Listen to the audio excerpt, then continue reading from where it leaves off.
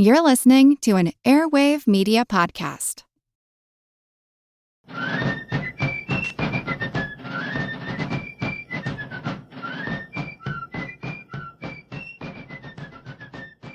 Hello, and thank you for joining The American Revolution.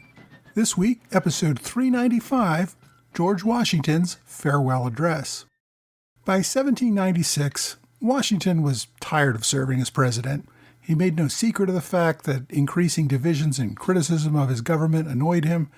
The divisive issues like the Genet Affair, the Jay Treaty, and the Whiskey Rebellion had forced him to take controversial positions which dampened the universal acclaim that he once felt from the public.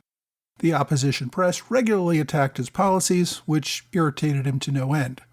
All of the people who had begged him to serve a second term in office had gone home themselves. He was also 64 years old. He'd already outlived most of his male relatives and felt like he was physically declining. He suffered from rheumatism and a bad back. Pain from dentures made it difficult for him to speak or eat in public. His hearing was failing. He also complained that his memory wasn't what it once was. He'd survived several near-fatal illnesses while in office and wasn't looking forward to another one. Washington really wanted to get back to his home at Mount Vernon to enjoy his remaining years. He wanted to spend time with his grandchildren, repair his plantation, resolve his personal finances, and simply get away from the affairs of government. There was also an ideological reason. Washington had received praise for walking away from power at the end of the Revolutionary War. He did not want to set a precedent that the president should keep serving until death. One of his fears of a second term was that he might die in office and not have the opportunity to set that precedent of walking away from the presidency. Washington very much wanted to walk away from power of the presidency to set that precedent that American leaders were not kings. They didn't serve for life. It was the rule of law, not its leaders, who were sovereign in this new republic. By this time, the unanimous calls for another term were also gone. While the Federalists still very much wanted Washington to continue in office, Democratic Republican leaders, Jefferson and Madison, did not think the president was leading the country in the right direction anymore, and they were happy to have him retire. While they didn't voice this opinion to him, the lack of any calls for the president to remain from any of the Democratic Republican leaders made clear that his universal acclaim had faded. Before he had been talked out of it, Washington had actually prepared a farewell address near the end of his first term. James Madison had written the address at Washington's request. Madison wrote or heavily contributed to all of Washington's major addresses in his first term and during the beginning of his second term. By 1796, though, Washington and Madison were no longer on speaking terms. They'd become divided on too many political issues. Instead, Washington turned to Alexander Hamilton. Although Hamilton was by this time living in New York and working as a private attorney, he was happy to assist his old boss. Washington reached out to Hamilton in February of 1796. Out of concern that someone might be spying on the mail, they corresponded by personal courier. Hamilton took 3 months to return a rough draft of a farewell address to the president in May. The timing of the announcement of his farewell was also important to Washington. Of utmost concern was how it impacted his reputation. Washington wanted it to appear that he was leaving at the top of his game. He wanted to be perceived as walking away from power and returning to civilian life simply out of his commitment to rule of law and against the idea that rulers should serve for life. That perception could be tarnished if he announced during a period of controversy. The public might think that he was simply afraid to confront the great issues facing him and was running away from the responsibilities that he faced. Washington made these concerns clear when he wrote Hamilton in June, adding that he regretted not announcing his retirement at the end of the congressional session in March. In retrospect, that would have been an ideal time for him. Since he'd missed that opportunity, he asked for Hamilton's views as to the best timing in order for him to appear to be walking away from power rather than running away. Hamilton's concerns on the timing were very different. In his response to the president, Hamilton suggested that the announcement be made about 2 months before the Electoral College vote in December. There had, of course, been lots of rumors that Washington would retire at the end of this second term. Despite the rumors, the lack of a clear answer to the question kept many potential candidates from announcing their interest in the position and from publicly organizing to win over voters. Keeping the question open prevented any Democratic Republicans like Jefferson from running an active campaign because that would have been seen as opposing Washington. Even if Washington did drop out, appearing to contest Washington's leadership would be unpopular among many voters who still held the president in very high esteem. Federalists believed that they would do better if Washington announced his retirement only within a few months of the election. This would give the opposition far less time to mount a campaign and would presumably benefit the Federalist candidate. Washington and Hamilton did not really come to any agreement as to the planned date for the announcement, but Hamilton spent most of the summer on the project of the farewell address before providing Washington with his drafts.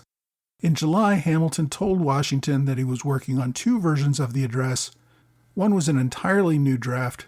The other one incorporated Madison's 1792 draft with some necessary changes. By the end of July, Hamilton sent his independent draft, and about 2 weeks later he sent the draft which was based on Madison's work. A few weeks after that, Washington wrote back to Hamilton saying that he preferred his independent draft over the modified Madison draft. So Hamilton sent his final draft in September. We're only a few months before the elections at this point. Washington then submitted the draft to his cabinet for review. He also still wanted to make some changes. There were some wording changes, but there were also some substantive ones. Washington had asked Hamilton to include a few lines about the importance of establishing more institutions of higher learning. Hamilton didn't include that, so Washington added something himself. He also greatly expanded on his neutrality policy, noting his motive was that the country needed some time to mature before it could have a stronger foreign policy. He also added a line about the importance of union as the main protection of liberty. Washington also removed several lines, including one recommending industry and frugality to the American people. He also removed some of the wording about concerns over political parties, using some of the language from the Madison draft instead. Washington never intended to give this draft in person. He loathed public speaking, and with Congress away, there was no obvious audience at the Capitol to deliver such a speech. This address was meant to be submitted to the public in writing. The same day he gave it to the cabinet for review, September 15th, Washington asked David Claypool, editor of the American Daily Advertiser, to publish the address. The published address hit the streets on September 19th. The same day, Washington packed up, left Philadelphia, and returned home to Mount Vernon. Washington began his address by making clear that he would decline any consideration for re-election. He noted that he never really wanted the job, but accepted it out of a sense of duty. He would have preferred to have left office sooner, but due to the concerns, especially of foreign affairs, he had remained in office. But now he was determined to retire. The rest of his address were his words of advice for the country. He began by stressing the importance of the Union. Quote, "The unity of government, which constitutes you one people, is a main pillar in the edifice of your real independence, the support of your tranquility at home, your peace abroad, of your safety, of your prosperity, of that very liberty which you so highly prize." He recognized that there had always been a strong sectional divide, and that remained. Northern and southern states often had differing interests and priorities, as did Atlantic and western states. He thought, however, that we needed to overcome those differences. Washington saw political parties as playing on those divisions for partisan advantage, when they should be bound together as brothers. He notes that each part of the country is interdependent on the others. The northern focus on commercial and maritime enterprises, the southern focus on agriculture, both benefited one another. The western states depend on eastern ones for access to markets. Washington also warns the West not to be tempted away by foreign powers, that they would be far less secure with foreign alliances than they would be staying part of the Union. He also warns against rebellion.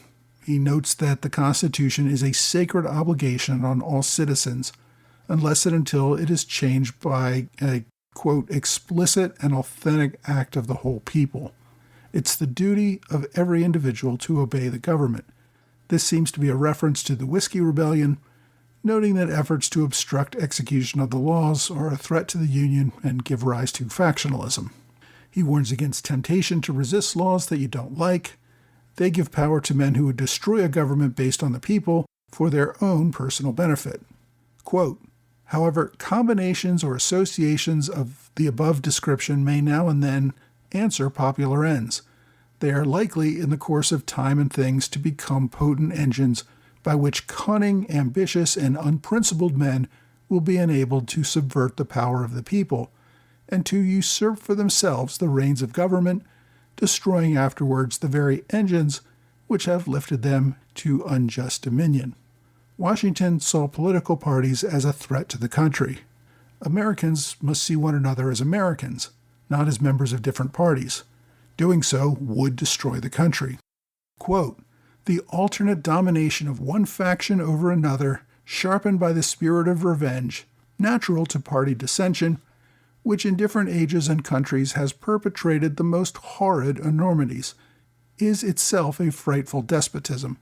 But this leads at length to a more formal and permanent despotism.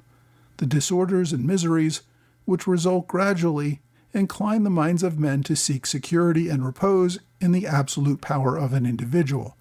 And sooner or later, the chief of some prevailing faction, more able or more fortunate than his competitors, turns this disposition to the purposes of his own elevation on the ruins of public liberty. Washington also warns political leaders to stay in their lanes.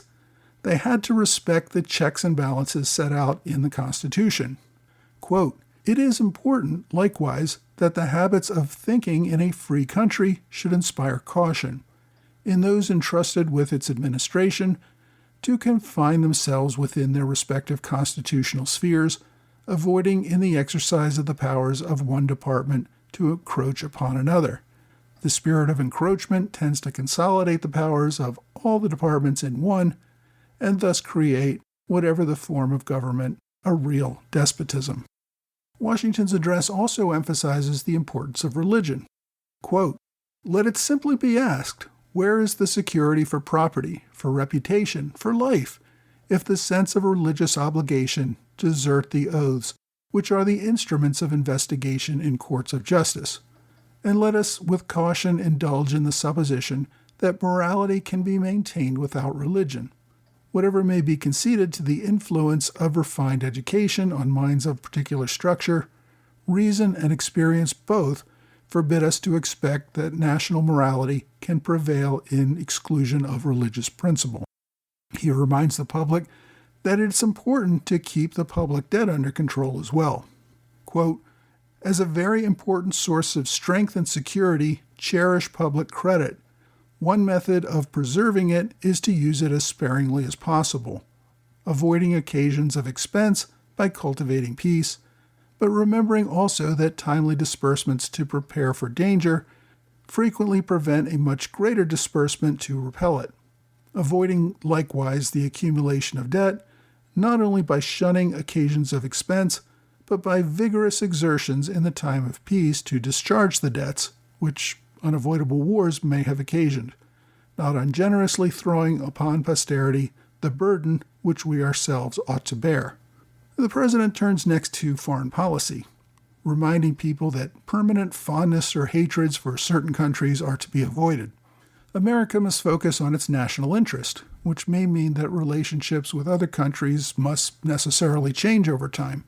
He warns against foreign influence, to which a republic is particularly vulnerable, since people can be swayed. Partisans may even use foreign influence to their own political advantage. This causes us to ignore the real dangers from a perceived ally. Quote, excessive partiality for one nation and excessive dislike of another cause those whom they actuate to see danger only on one side, and serve to veil and even second the arts of influence on the other. Real patriots, who may resist the intrigues of the favorite, are liable to become suspected and odious, while its tools and dupes usurp the applause and confidence of the people to surrender their interests. He went on to say that while we need to engage commercially, political alliances with other countries have very real dangers. Quote, the great rule of conduct for us in regard to foreign nations is in extending our commercial relations to have with them as little political connection as possible. He warns the country to, quote, steer clear of permanent alliances with any portion of the foreign world, while trusting only, quote, temporary alliances for extraordinary emergencies. He stresses the importance of neutrality in the ongoing war in Europe, that to do otherwise would take us from the goal of maintaining, quote, peace and amity towards other nations. Washington concluded his address, quote, I anticipate with pleasing expectation that retreat in which I promise myself to realize without alloy the sweet enjoyment of partaking, in the midst of my fellow citizens, the benign influence of good laws under a free government, that ever-favorite object of my heart, and the happy reward, as I trust, of our mutual cares, labors, and dangers.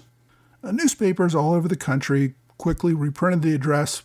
They even reached Europe. As Washington stressed his concerns over partisanship in his address, reaction to the speech broke down solidly among partisan lines. Federalists praised the address, calling it, quote, an oracle of political truth. Republicans, however, viewed the address as quite partisan. Madison wrote in a private letter that the address showed that Washington was, quote, completely in the snares of the British faction. William Duane, a writer for the opposition paper Aurora, published an anonymous pamphlet calling the address, quote, the loathings of a sick mind, and accusing Washington of simply trying to justify his past policies. The new congressman from Tennessee, Andrew Jackson, so opposed the points in the address that he voted against Congress's formal declaration of thanks for the president's service. While the address is written in abstract principles, it would be clear what Washington was talking about at the time when he warned against permanent alliances. France had been America's traditional ally since the Revolution, and Britain had become its traditional enemy. The Jeffersonians wanted a continued alliance with revolutionary France, which represented the end of monarchy in Europe. Federalists wanted to rebuild a closer relationship with Britain. Similarly, the warnings against foreign influence and parties taking advantage of such influence was a not-so-veiled attack on France's efforts to use Republican clubs around the country to build popular support for revolutionary France and foster hostility toward Britain. Both sides seemed to read Washington's address as implying that the American alliance with France no longer served American interests, and that a closer relationship with Britain would serve those interests. Federalists thought that was great, Republicans not so much. Abroad, Britain praised the speech. The Times of London reprinted the full text of the address and described it as a, quote, very masterly performance. The new French minister in America, Pierre Adet, reported to his government that the address was full of lies and had a, quote, insolent tone, and was essentially the doctrine espoused by Alexander Hamilton. For the Republicans, the address seemed to be saying, let's all come together and support the Federalist agenda. After Washington released his address, he remained president for nearly another 6 months, until Adams's inauguration in March of 1797. Washington returned to Philadelphia when Congress resumed its work in December 1796, and that's where he gave his last State of the Union address. There will be some final legislation in those months. Despite a treaty with Algiers, Congress voted to continue building 3 frigates, even though Congress had previously decreed that they would stop work on the ship if they did sign that treaty with Algiers. Congress also voted to disband 2 companies of light dragoons as a cost-saving measure. For only the second time in his presidency, Washington used his veto, arguing that those companies were essential. Congress failed to override the veto and passed a revised bill that included the dragoons. Washington also provided some last-minute pardons, including 10 members of the Whiskey Rebellion who had been convicted of treason. For the most part, Washington's farewell address focused public attention on who would replace him in the presidential election, and then on the incoming Adams administration. Washington spent most of his final months attending parties and banquets in his honor. His 65th birthday in February 1797 was particular cause for celebration at a ball with over 1,200 guests. Despite these months of activity as president, after publishing his farewell address, It really marked the end of Washington's presidency for most Americans. Next week, we will cover the presidential election of 1796.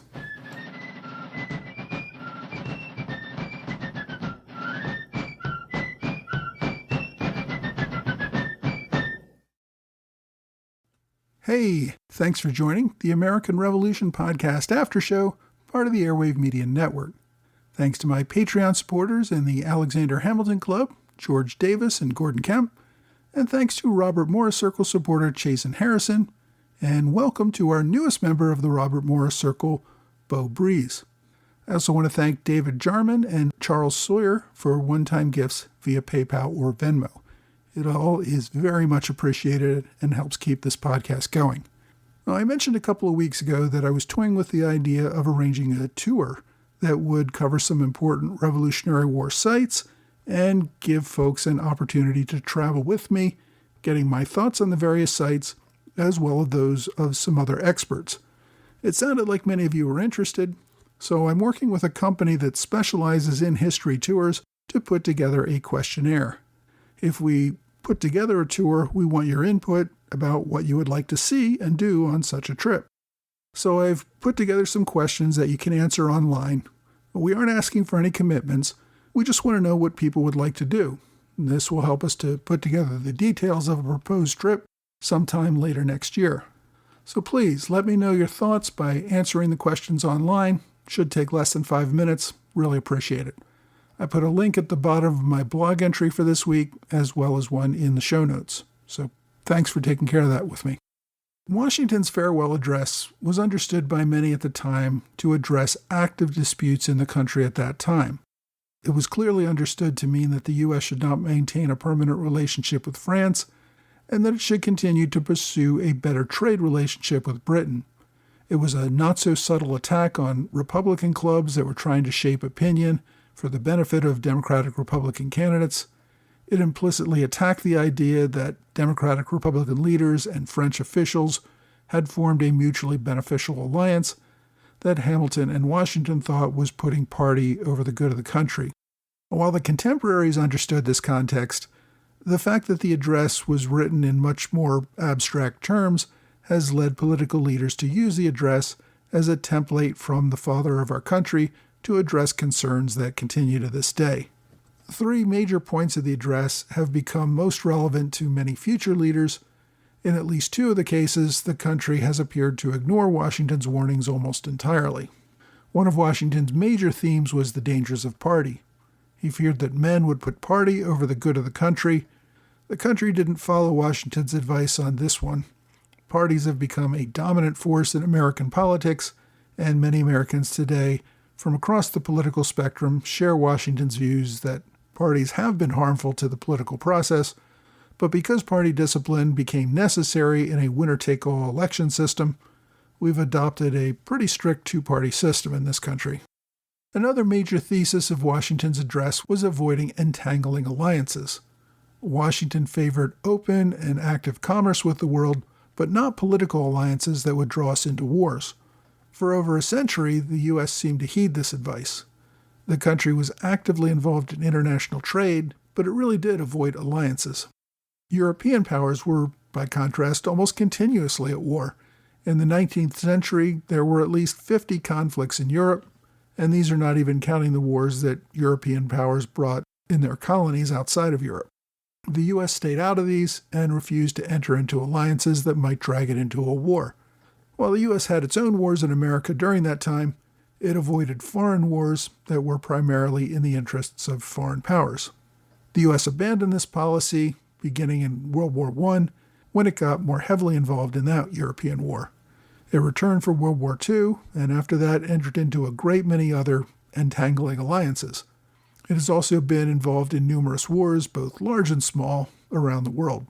Washington warned that wars would explode our deficits and risk the financial future of the country. That has also proven accurate. Supporters of foreign wars and alliances have argued that Washington made clear that his reasons for U.S. neutrality had more to do with the country's youth and inability to support large armies and navies. The U.S., of course, no longer has that concern. But U.S. debt, with military spending being a huge contributing factor that has clearly become a problem. In the years leading up to the Civil War, Washington's stress on the importance of union as a bulwark of liberty became a key talking point in the North. The importance of union had remained a clarion call for many, but even the Civil War aside, sectional differences continue to divide many Americans who often see political, cultural, and social views in other sections of the country as more divisive than associating with foreign countries. Washington saw these same sectional differences and firmly believed that we needed to remain united despite differences, since only unity would support the common good. Washington set the precedent of limiting the presidency to 2 terms. Every president after that respected that limit on the presidency. Teddy Roosevelt ran for a 3rd term, but not sequentially. He ran again after being out of office for 4 years. The only president to violate that norm was Franklin Roosevelt, who ran for a 3rd term and then a 4th term before dying in office. Americans found that so disconcerting that they passed a constitutional amendment to make the 2-term limit mandatory. Washington's precedent of giving a farewell address did not really become a precedent. Andrew Jackson gave one at the end of his 2nd term.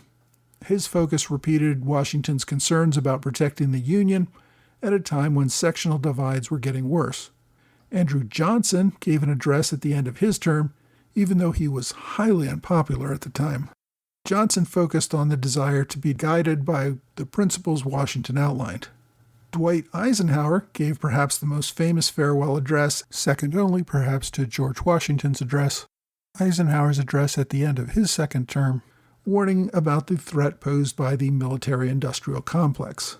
Bill Clinton also gave a farewell address that focused on fiscal discipline and foreign affairs. Those 4 were it, though. No other president has picked up the tradition of giving a farewell address. My book recommendation this week is Washington's Farewell, The Founding Fathers' Warning to Future Generations by John Avlon. This book focuses on the historical context of the speech, the elements of the speech itself, and how the principles articulated in the speech have held up over the history of the country. This book was published in 2017. The author is a journalist and a political commentator. He's also written several other books tying historical events to modern politics. So if this sounds interesting to you and you want to read a more detailed analysis of what we discussed today, get Washington's Farewell, The Founders' Warning to Future Generations by John Avlon. My online recommendation is, well, the address itself. There's nothing like going back to the source to understand the words themselves. It's a little longer than a podcast episode, but maybe I'll just read it verbatim and release it so that you can listen to the whole thing if you don't want to sit down and read it. But if you do want to read it, I've included links on my blog and in the show notes. My question this week came from someone who asked it at our Philadelphia meetup on Independence Day. They asked, how was military music used during the Revolutionary War? Well, fife and drum musicians were supposed to be assigned to every continental company, just as they were in the British Army and most other European armies. Positions as musicians often went to young boys or to older men who were considered too old to serve as combat soldiers. One fifer and one drummer was supposed to be included in each company. These musicians helped the men to march, providing a rhythm to remain in step. They provided some music while on the march, in camp, and during military ceremonies. They were also used to issue commands during battle. The high pitch of the fife and the sharp sounds of the drum allowed their sounds to carry distinctively in battle. Drum beats were used to tell soldiers when to load and fire muskets. They were also used to announce turns while marching. Fifes played tunes that ordered a ceasefire or conveyed a parley to the enemy, indicating a desire to ask for terms of surrender. General von Steuben helped to standardize the musical commands as part of the Army manual that he wrote at Valley Forge. There's also some evidence that early forms of bugles were used a little bit during this war, although this became much more common in later wars. If you have a question you'd like me to answer, please reach out to me via email or on X, Facebook, Quora, or Reddit. Well, that's all for this week. I hope you will join me again next week for another American Revolution podcast.